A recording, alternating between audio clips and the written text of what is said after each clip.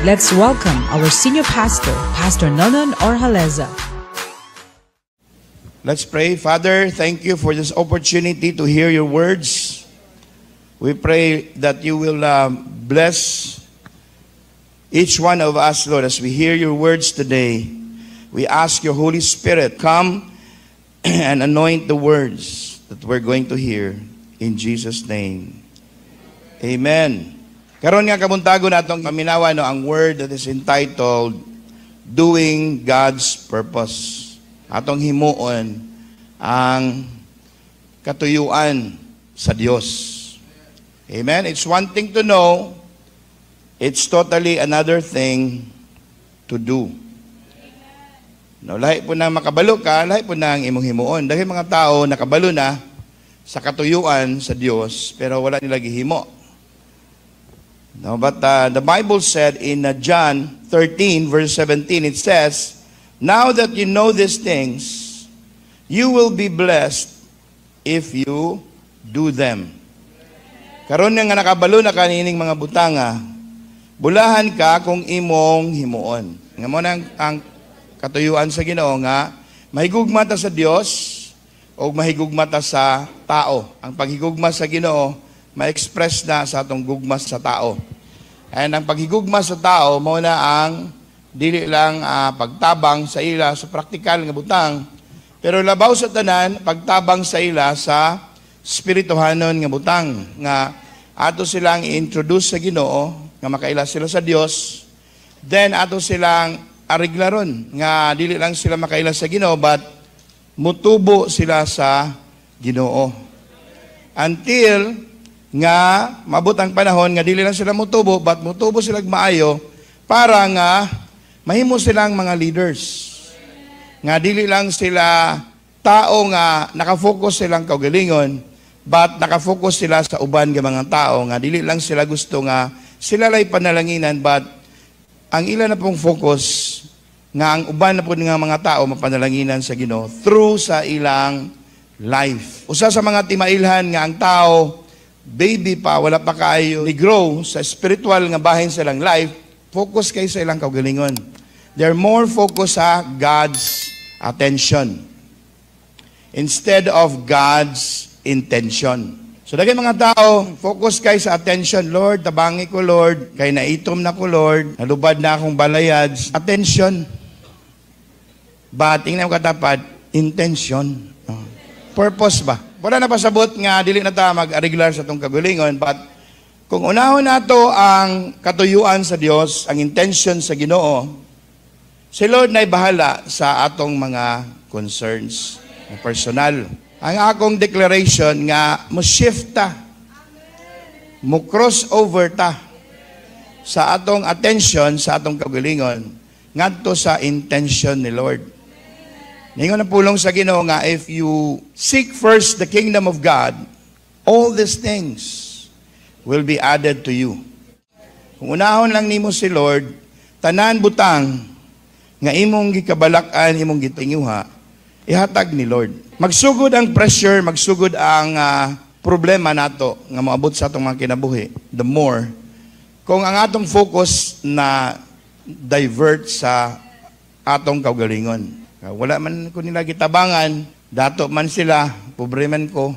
Kung ila pa kong gitabangan, nag-graduate na tana ko karon. Kung himuan pa lang ko ni magbalay, or imo pa lang kong gitabangan, hayahay na tana ko karon, di tana ko magkalisod.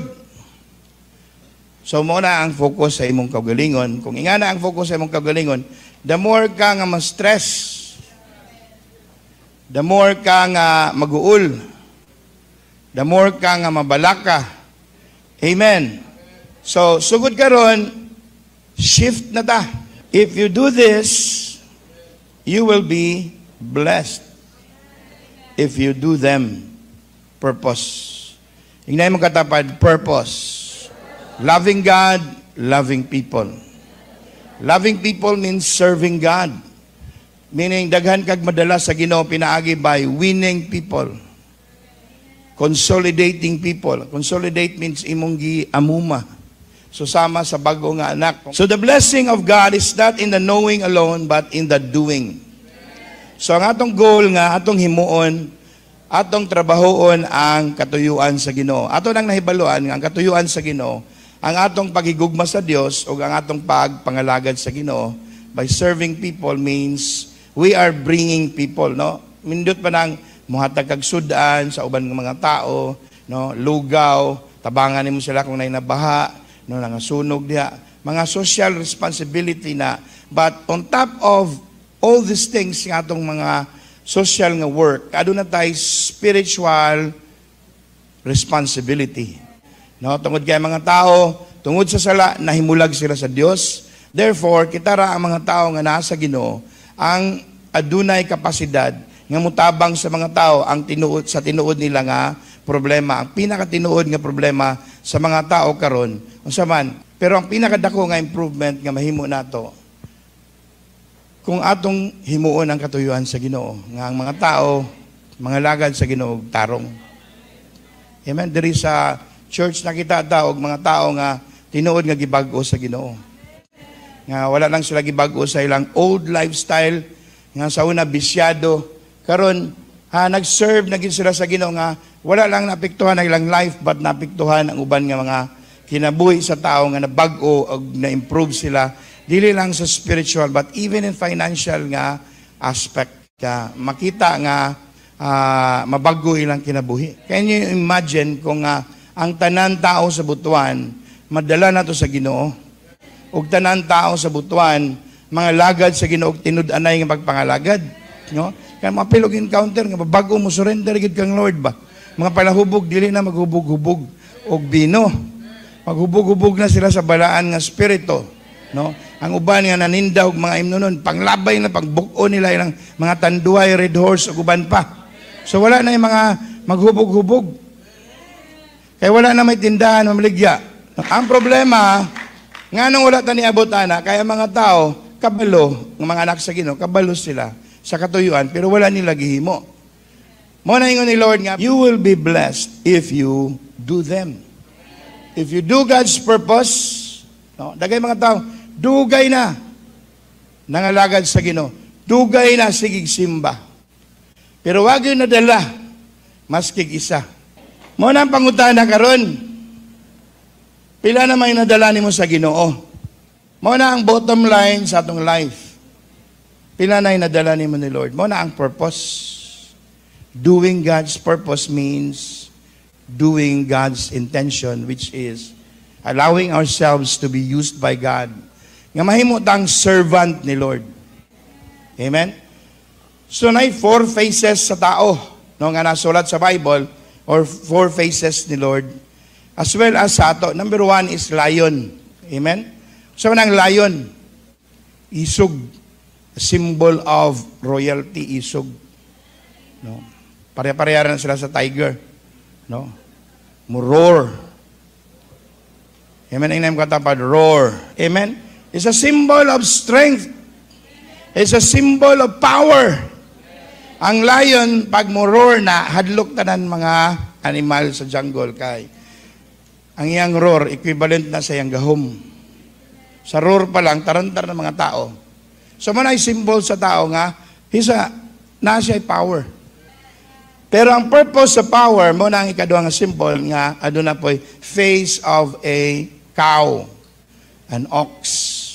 Unsa may simbolo sa ox? Kusgan siya, pero servant na.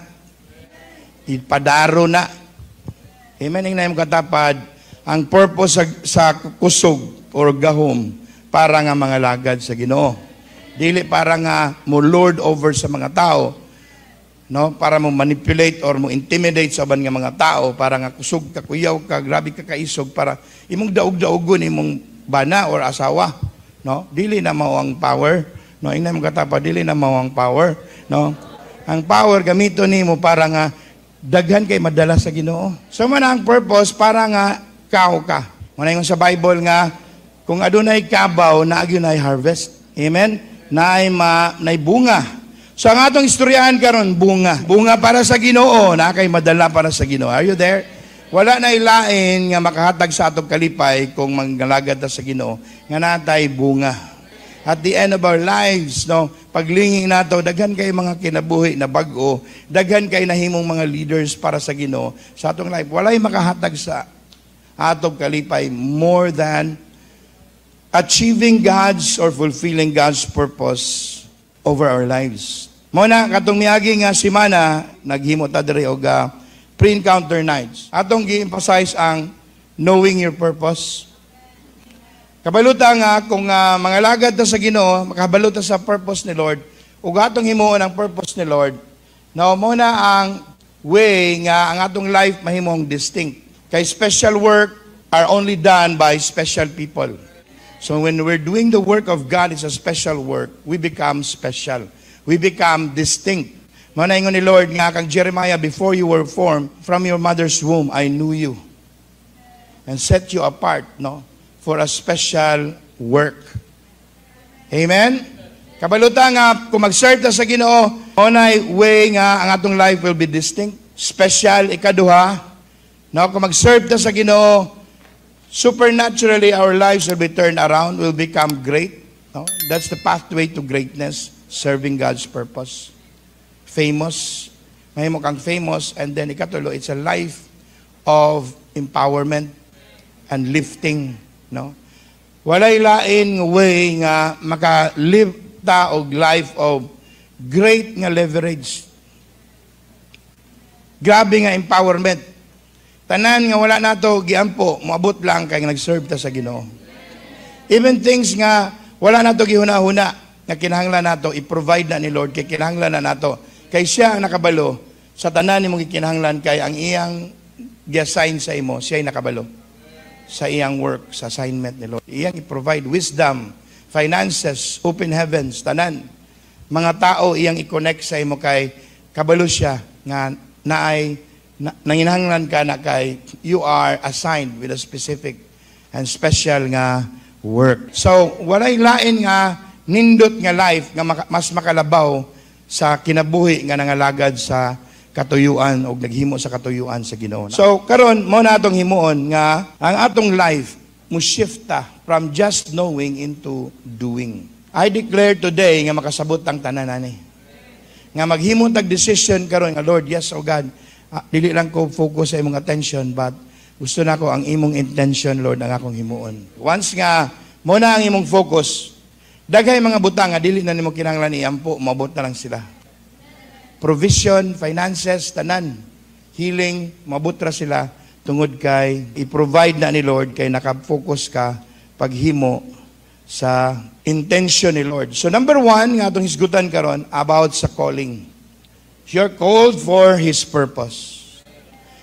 Kung wala ka kabalo unsay dangatan o unsay imong kaugmaon, I'm telling you, God is calling you. Itawag ka niya para sa iyang katuyuan. Amen? Kung unahon nimo ang iyang katuyuan, siya na'y bahala sa tanan nimong panginahanglanon. Amen? May mga tao nga, unya na Lord, mausa na akong himuon. Pero kung unahon nimo si Lord, seek first the kingdom of God and His righteousness, and all these things will be added to you. Dagay mga lives sa atong mga leaders dire nga ilan ning gihimo, no? Supernaturally, their lives were turned around. Nausab ang ilang mga kinabuhi by simply doing God's intention. Tungod kay nakabalo sila, nagitawag sila ni Lord. Itawag ka ni Lord. Tanan nga gipili tawagon. Romans 8 verse 30, tanan nga gipili tawagon. Tanan nga gitawag bag-uhon. Tanan nga gibag-o iyang dalhon sa himaya. Ang ultimate nga level sa atong life is glory. Fruitfulness beyond explanation, beyond imagination. Mamunga ka sa tanan nga aspect sa imong life, beyond pa sa imong kaugalingon nga ambisyon. Grabe imong ambisyon, imong tinguha, mahalin na ginitanan imong ibang baligya nga balikot sa lumpia, no? Bulad. Ug unsa pa, mora na ang imong tinguha. More pa na ang plano ni Lord. Glory. Himaya, ang himaya sa mangga nga kahoy, mangga nga puno og bunga. Ang mahimayaon nga mangga nga kahoy, mangga nga kahoy nga puno og bunga. Mao na ang level or picture sa imong life kung asa kadalhon ni Lord. Ipili ka niya, therefore tawagon ka niya. Tungod kay gitawag ka niya, baguhon ka niya. Ipag-go through ka niya process. Mao na katong naadiri karon nga you are a candidate for the encounter, no? Mapil ka. Regardless kung daghan kayo mga babag, daghan kayo mga obstacles, gamiton sa yawa para di ka kapil, imong pamilya di katugutan, imong ginikanan o masuko imong bana, imong asawa, di ka kay mo apil ka kay wanay manglaba or wanay magluto unsa pa kadiha. Pero ayo pagpagansi kang Lord. Because walay gitawag ni Lord nga dili niya andamon. No? So kining encounter is part ni sa mga process ni Lord para maandam ka kay gitawag ka ni Lord. Before I formed you in the womb, I knew you. Before you were born, I sanctified you. I ordained you as a prophet to the nations. So karon nga time, gusto ni Lord, makabalo ka nga gitawag ka ni Lord. Mo ni ang sikreto sa atong kinabuhi. Mo ni ang bottom line, no, or foundation sa imong life. At one point sa atong life, diri ta magsugod sa pagtawag. Kung gitawag ka sa imong himuon, mo respond ka. Maminaw ka. Si Lord ni tawag nimo. He will allow circumstances nga i-orchestrate niya para makatch ang imong attention. Muna, nindot bitaw nang broken-hearted ka. Kaya ang imong disappointments, most of the time, are God's appointment. Kaya mas may pa nang ma-break ka kay muna'y way nga makaduol ka sa Ginoo. Para makita ka nga gitawag day ka ni Lord. Dili day imong crush ang focus nimo. Or unsa nga butang or career or whatever nga mga pursuit nimo, kaya dito ka nakafocus instead of focusing on God's purpose sa imong life. So, kinahanglan makasabot tani nga moabot gyud ang point sa imong life nga kinahanglan ma-acknowledge nimo nga gitawag ka ni Lord. Mao ni sinugdanan sa imong testimonyo sa Ginoo, sa imong journey sa Ginoo, just like ang Abraham. No, di ba sa Bible balik-balik na the word of the Lord came. Nagsugod siya sa pagtawag. Kaya gipili man niya si Abraham, yang gitawag. Are you there? So karon nagsugod si Lord sa imong pagtawag. Naisinugdanan sa imong journey sa pagpangalagad sa Ginoo. Muna ang pagpili o pagtawag sa imo. So ang imong respond, yes, Lord. It's not an accident nga nakakaroon diri nga buntag or nakadiri sa butuan because God has been calling you. Ang pinakanindot nga imong respond is, yes, Lord, I am available. Imong i-allow nga si Lord ang mo process sa imong life. Dili ikaw lang ang mo process sa imong kaugalingon kay si Lord man ang nagtawag sa imo. Siya ang mo process sa imo. Pinaagi sa iyang church. Napamudiha? Ikaduha, para nga makaserve ta o makahimo ta sa kabubuton or katuyuan ni Lord, gitawag ta niya, mo na nga mo respond ta, yes Lord. Magsugod pa ka, ang next nga level sa imo, magpa-process ka. Mo na nga natay encounter, so ka na nga level, kung bago pa ka sa Ginoo mo, pa'y pag-apil mo mga cell group, magpa-process ka kay diha sa encounter, diha ka makaila more sa Ginoo. Diha ka nga maptagaan og time nga maministeryuhan ka para nga ma-deal ang mga issues sa imong kinabuhi. Nga mao'y makapahimo og babag sa imong pagpangalagad sa Ginoo.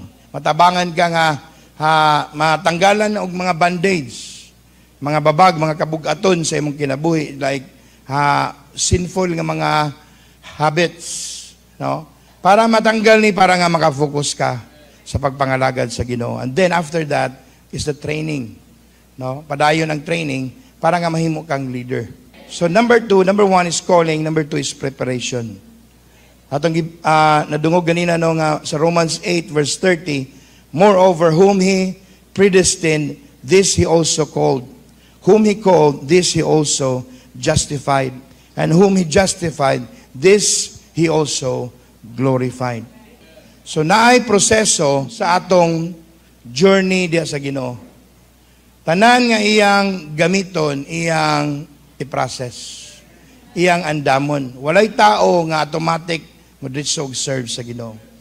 Dagay gitawag pero wala nakapadayon kay wala sila napadayon sa pag-process. Wala sila nakahulat. Wala nila gialaw nga mahuman ang pagproseso ni Lord. Kay tanan nga iyang gipili tawagon. Tanan nga iyang gitawag, iyang baguhon. Mo nang discipleship. Mo na ang consolidation. Discipleship. Mo na ang process. Mo na ang part niya na is encounter. And even lifetime nga pag-process sa ato. Dili lang encounter. I-process na kanunay sa atong mga leaders above sa ato. Nga tudluan ka ba? Tudluan ka. Kung maminaw ka, next level na pod. Di ba? Pareha na sa pag-eskwela na to. Kung mo pasarta sa grade 1, asa man ta padulong? Kinder? No, grade 2. Kaya nga naman, ni-comply man ka sa tanan nga mga requirements para nga mag-grade 2. Kaya ni-pasar ka sa tanan nga exams sa grade 1. So, na-grade 2 na ka. Amen? I-process ka ni Lord. Pa-process ka kang Lord para nga mugawas ang imong tinuod nga beauty. Mga bana, magpa-process kang Lord. Dugay na ka nag-serve. Sige ra kag simba-simba. Simba rin imong nantiguhan. Mapaprocess ka nga, makaantigo ka, mudalag tao sa Ginoo. Para tinuod nga pagpangalagad. Ang pagpangalagad sa Ginoo, dili man simba. Ang simba, celebration na nga Lord. Salamat kay imo kong gigamit. Mo na simba. Na kay pagpasalamat. Kung sa may imong pasalamat kung ay nadala sa Ginoo, sa imo, na life. Si Lord, dugay na nagtawag nimo para nga ang imong life mahimong mahinungdanon, mahimong meaningful, impactful, nga as you look back, grabe, no? Tens, hundreds, and even thousands of people na makaila sa Ginoo. Kay gigamit na ka ni Lord. Karon gigamit na ka ni Lord. Grabe ato mga leaders, no? Grabe na. Kuyaw na kayo sila, no? Gigamit na sila ni Lord, impactful na. Kay nagpagamit naman sila sa Ginoo. Pero before sila nagpagamit, nagpa-process sila. No? So, mga couples nga nahimo ng love team. Pero mas nindot na mag-uban mo, nag-serve mo sa Ginoo. Nag-impact mo mga tao. Kaya ang una nga giminyo sa Ginoo, gikasal sa Ginoo. Wala para nga murag Korean nga movie nga, grabe, lovebirds gid sila. No, love team mo. Adan og part mo sa purpose.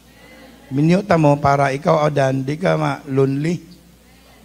Para pag-serve nimo na imong asawa, imong cheerleader. Mangalagad ta sa Ginoo ang atong pagpangalagad. Pangalagad means magdalag-kalag para kang God. Pangalagad. So gitawag ka sa Ginoo, ikaduha i-process ka ni Lord. Mao na nga i-allow nga si Lord mo process nimo. Ngayon ka nga upang ko i-process ni Lord, pag iniani si Lord sa ako, no. Imong cell leader mo na ang pamagi ni Lord. Imong pastor mo na ang pamagi ni Lord. Nga i-process ko tudluan ka ba? Amen. I-process ka nga mag-cell group ka.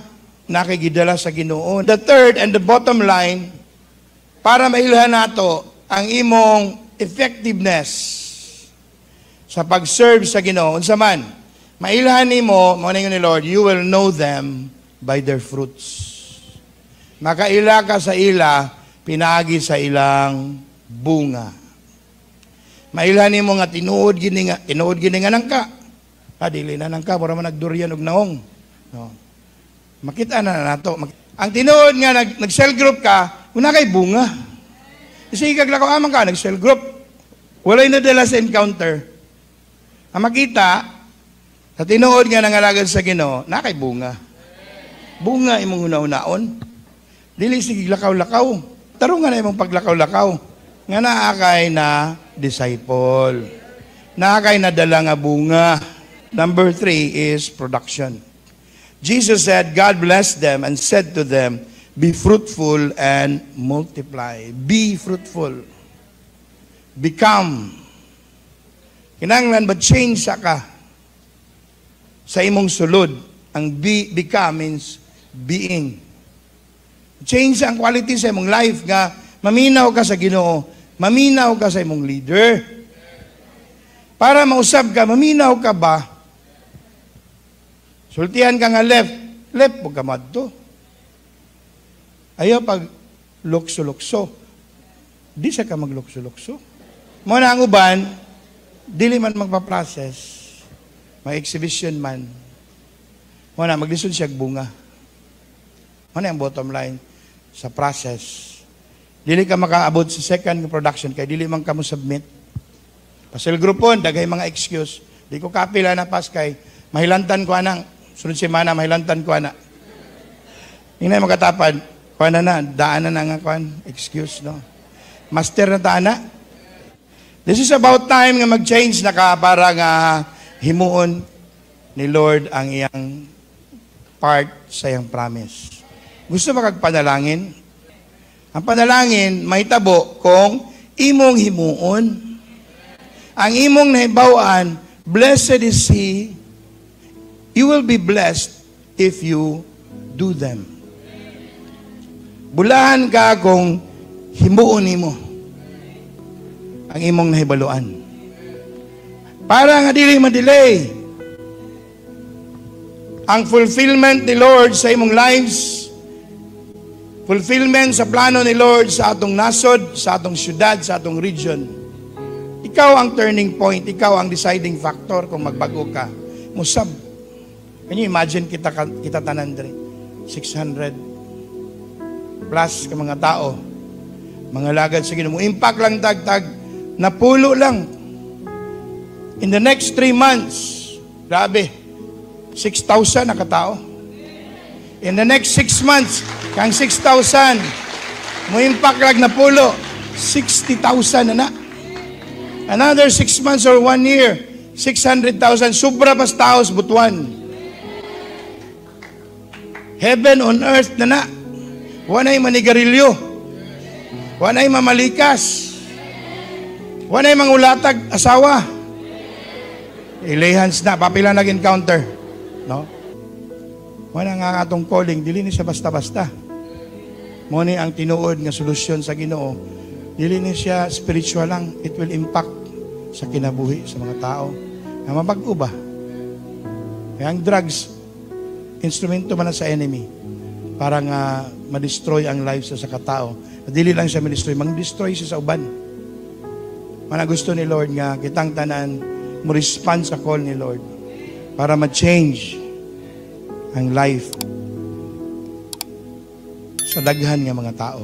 I declare nga ang imong protection, ang protection ni Lord mag-cover sa ato by the blood of Jesus. Amen? So mo ni ang atong himuon karon, mo respond sa calling ni Lord. Atong i-allow si Lord nga mo process sa ato. Kaya we have to do our part, no nga. Mapaprocess ta ba? Okay. Dili ta kaabot sa level no nga glory nga dalon ni Lord sa ato. Kung wala ta nagpa-process, igura ta mo pakpak kay nindot kay silang life dana, apil ko na. Pero ang pangutana, willing ba ka magpa-process? Willing ba ka maminaw sa imong leader? Kung ingnan ka niya. And then eventually, sa'yo na lang, makita nato ang bunga, kaya na-process man ta. Amen? Father, we thank you for your word. We thank you, Lord God, nga kining word nga among na-receive karon will sink sa among hearts, sa among minds, nga ma-change me, Lord, from the inside out. We give you praise and we give you glory in Jesus' name. Amen and amen.